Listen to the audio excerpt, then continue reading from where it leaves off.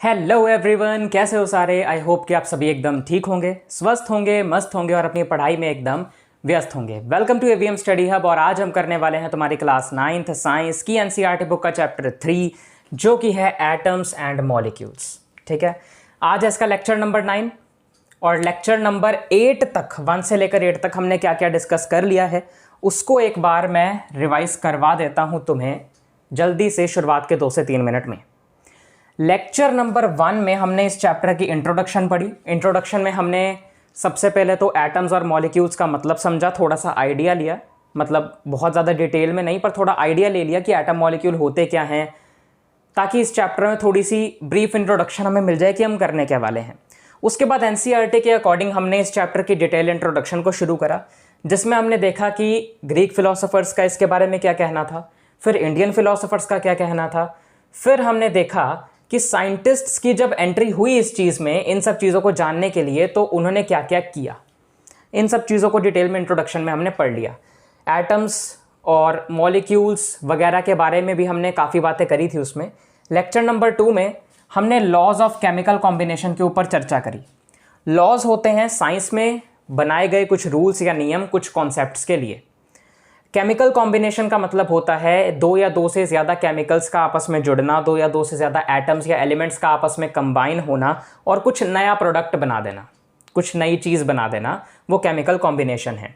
इसी chemical combination के ऊपर 2 लॉज तुम्हारी बुक में दिए गए हैं, जिसमें से पहला लॉ है law of conservation of mass, जो कि हमने डिस्कस किया लेक्चर नंबर 2 में एक्टिविटी 3.1 के साथ। उसके बाद लेक्चर नंबर 3 में हमने लॉ ऑफ कांस्टेंट प्रोपोर्शन, जो कि इसका दूसरा लॉ है, वो हमने डिटेल में डिस्कस किया। फिर लेक्चर 4 में हमने डाल्टन्स एटॉमिक थ्योरी के बारे में पढ़ा। हमने पढ़ा एटॉमिक थ्योरी क्या होती है। डाल्टन जिन्होंने ये थ्योरी दी थी, इनका पूरा नाम था जॉन डाल्टन, उनके बारे में भी हमने पढ़ा। और डाल्टन्स एटॉमिक थ्योरी के कुछ पोस्टुलेट्स थे, कुछ पॉइंट्स थे, वो भी हमने पढ़े। लेक्चर नंबर 5 में हमने एटम्स के बारे में डिटेल डिस्कशन करी कि एटम जो है किसी भी मैटर के बिल्डिंग ब्लॉक होते हैं, इनको मेजर कैसे किया जाता है, इनकी यूनिट क्या होती है, सब कुछ डिटेल में पढ़ लिया। लेक्चर 6 में हमने पढ़ा कि अलग अलग एटम्स के क्या क्या सिंबल्स होते हैं। आज हम कौन से सिंबल यूज़ करते हैं। जब शुरुआत हुई थी इसके सिंबल ढूंढने के लिए, सबसे पहले सिंबल्स किसने दिए थे, कैसे दिए थे, वो सब डिस्कशन हो चुकी है। लेक्चर 7 में हमने एटॉमिक मास के ऊपर डिटेल डिस्कशन करी कि एटॉमिक मास में AMU क्या होता है, U क्या होता है, IUPAC ने क्या रेकमेंड किया था इस चीज़ के बारे में, फ्रूट सैलर की एग्जांपल से और डिटेल में इसे समझा, रिलेटिव एटॉमिक मास क्या होता है, सब कुछ देख लिया है। उसके बाद लेक्चर 8 में हमने पढ़ा हाउ डू एटम्स एग्जिस्ट, कि एटम्स जो है वो कैसे पाए जाते हैं, एग्जिस्ट कैसे करते हैं। अब लेक्चर नंबर 9 में, आज के इस लेक्चर में हम पढ़ने वाले हैं, क्या पढ़ने वाले हैं, आज हम पढ़ने वाले हैं व्हाट इज अ मॉलिक्यूल। यानी मॉलिक्यूल के ऊपर आज एक डिटेल डिस्कशन होने वाली है तुम्हारी एनसीईआरटी के अकॉर्डिंग। तो ये रही तुम्हारी अब तक की पूरी रिवीजन, जितना भी हो चुका है। नोट करना चाहो कर सकते हो। फिर इस लेक्चर 9 के साथ व्हाट इज अ मॉलिक्यूल वाले टॉपिक के साथ इसे फिर से शुरू करते हैं। मतलब फिर से क्या, मतलब कि यहीं से लेक्चर नंबर 9 में इस टॉपिक से शुरू करते हैं। चलो नोट करो इतना। चलो अब हम अपना मेन टॉपिक शुरू करते हैं, जो कि है what is a molecule, molecule क्या होता है। ठीक है, शुरू करते हैं। और एक बात बताऊं, ये जो मैंने जितना भी लिख दिया ना, इतना ही है बस मॉलिक्यूल के केसेस में, मॉलिक्यूल के टॉपिक में। मॉलिक्यूल के मतलब और भी कई सारे केसेस हैं, molecules of elements, molecules of compounds, तो वो अभी हम पढ़ेंगे अगले लेक्चर्स में। फिलहाल अगर बेसिकली सिर्फ मॉलिक्यूल की बात की जाए ना, तो वो इतना ही है जितना मैंने यहाँ लिखा है।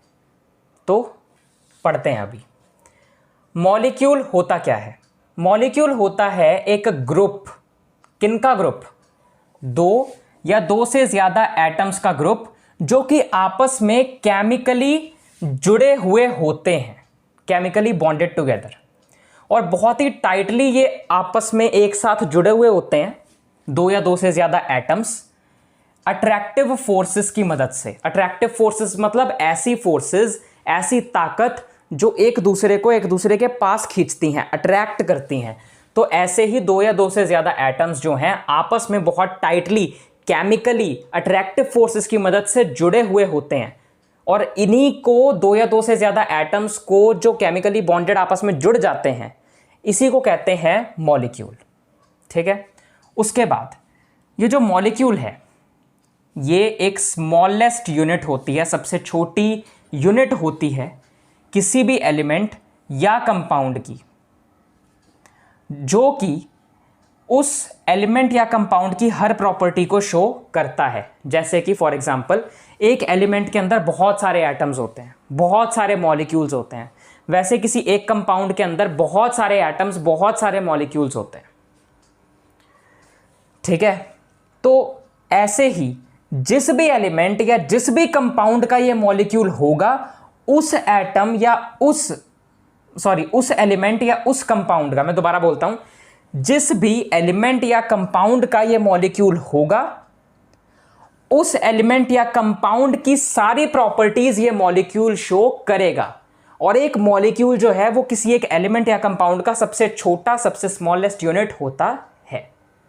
ठीक है, उसके बाद एटम्स, चाहे वो सेम एलिमेंट के हों, चाहे वो डिफरेंट एलिमेंट्स के हों, आपस में जुड़कर मॉलिक्यूल बना सकते हैं। ऐसा ज़रूरी नहीं है कि हाइड्रोजन जो है वो हाइड्रोजन के साथ ही जुड़कर H2 बनाएगा, या फिर ऑक्सीजन जो है सिर्फ ऑक्सीजन के साथ ही जुड़कर O2 बनाएगा। हाइड्रोजन और ऑक्सीजन जो अलग अलग है वो भी तो आपस में जुड़ के H2O बना सकते हैं ना।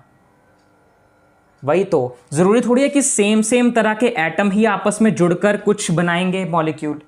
ज़रूरी थोड़ी है कि सेम तरह के एटम ही आपस में जुड़ के मॉलिक्यूल बनाएंगे। अलग अलग एटम्स जुड़कर भी तो एक मॉलिक्यूल बना सकते हैं। तो एटम्स चाहे सेम एलिमेंट के हों, चाहे डिफरेंट एलिमेंट के हों, आपस में जुड़कर, जॉइन टुगेदर, आपस में जुड़कर मॉलिक्यूल बना सकते हैं। मॉलिक्यूल के बारे में क्या पढ़ लिया? मॉलिक्यूल इन जनरल मतलब अगर मैं ऐसे ही बोलूं तो इज अ ग्रुप ऑफ 2 और मोर atoms chemically bonded together tightly with attractive forces. ठीक है, मॉलिक्यूल सबसे स्मॉलेस्ट यूनिट होती है एलिमेंट या किसी भी कंपाउंड की, और वो मॉलिक्यूल जिस भी एलिमेंट या कंपाउंड का है उसकी सारी प्रॉपर्टीज वो शो करता है।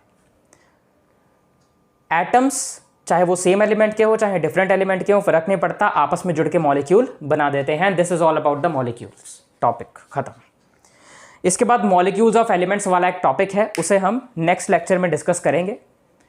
आज के लिए मॉलिक्यूल के बारे में इतना ही। इसे ध्यान रखना, पढ़ लेना अच्छे से, नोट करना चाहो तो कर सकते हो। मैं साइड हो जाता हूँ, पहले 5 तक गिनूंगा। 1 2 3 4 5। वीडियो पॉज करो, नोट करो। हो गया? चलो वीडियो एंड करते हैं। इस चैनल पर अगर तुम नए हो अगर इस चैनल पर, तो तुम्हें इस चैनल के बारे में कुछ बातें बता देता हूँ। अगर तुम्हें तुम्हारी क्लास 9th साइंस की एनसीईआरटी बुक का chapter 1 matter in our surroundings करना है, is matter around us pure chapter 2 जो है वो भी करना है। अगर तुम्हें मैथमेटिक्स का chapter 1 number system, chapter 2 polynomial करना है, तो इन सभी की जो वीडियोस हैं, लेक्चर्स हैं, वो सब इस चैनल पर अपलोडेड हैं। एवीएम स्टडी हब के यूट्यूब चैनल के प्लेलिस्ट वाले सेक्शन में इन सभी चैप्टर्स की चैप्टर वाइज प्लेलिस्ट बनी हुई है। प्लेलिस्ट में हर एक चैप्टर के हर एक लेक्चर को लाइन वाइज, ऑर्डर वाइज लगा रखा है, तो तुम जाके आराम से देख सकते हो, पढ़ सकते हो। अगर ये लेक्चर अच्छा लगा हो तो लाइक कर देना, शेयर कर देना ज़्यादा से ज़्यादा अपने फ्रेंड्स के साथ, क्लास 9th के स्टूडेंट्स के साथ। कमेंट कर देना, अच्छा सा कोई फीडबैक हो तो वो भी दे सकते हो। मिलता हूँ तुम लोगों से अगली किसी और वीडियो में, अगले लेक्चर में मॉलिक्यूल्स ऑफ एलिमेंट्स के साथ। तब तक के लिए अपना ध्यान रखना। Bye bye.